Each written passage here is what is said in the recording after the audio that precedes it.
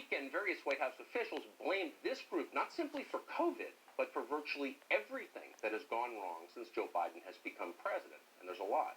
The collapse of the U.S. dollar, supply chain implosions, empty shelves in stores, labor shortages, even rising gas prices.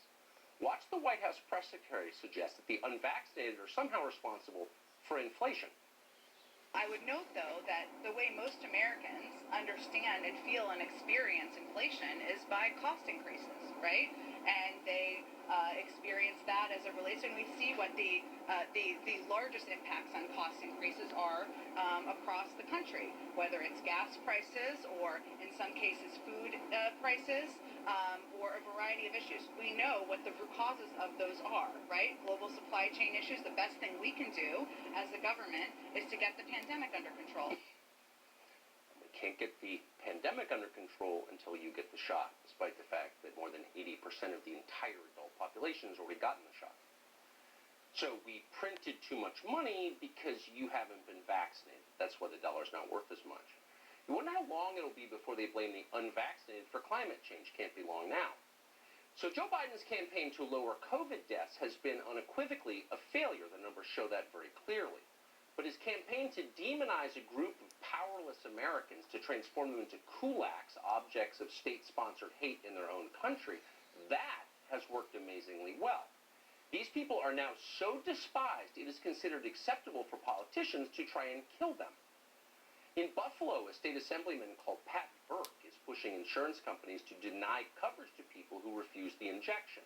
Disobey Joe Biden? Have fun dying of some preventable disease, kulak. You deserve it.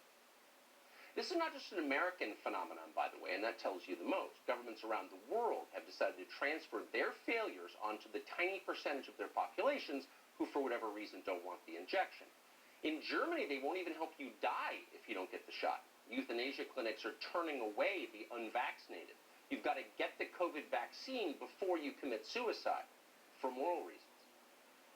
Someday, when the fog lifts and art returns, somebody's going to write a hilarious novel about this moment. And of course, one of the stars of it will be a nearly 81-year-old bureaucrat who really shouldn't be driving a car at this point, but who somehow took control of the most powerful country on earth and then promptly went insane. If you haven't checked in on Tony Fauci lately, you may be a little surprised to discover what he's become. If you tuned in a couple of years ago, you may recall Fauci as a conventional public health official. He wore button-down shirts, he gave careful, precise answers that suggested deep medical knowledge. No more. After 2 years of nonstop media adulation, Tony Fauci has morphed into an even shorter version of Benito Mussolini. Watch Fauci on television the other day refer to himself without even flinching in the third person. Well, there are a lot of Republican senators taking aim at this. That's okay. I'm just going to do my job.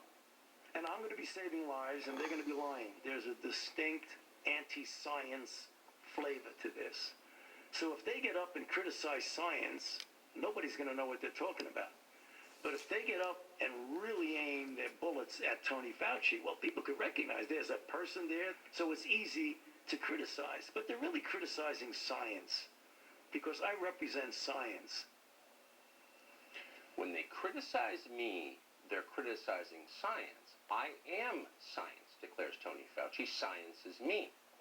So clearly, something deep inside Tony Fauci has changed. The man now believes he's a deity accountable to no one. Watch Fauci blithely swat aside criticism from a sitting U.S. senator, a man who, unlike him, has been democratically elected by millions of people, by invoking January 6th. Watch this. Senator Cruz told the Attorney General you should be prosecuted. Yeah. I have to laugh at that.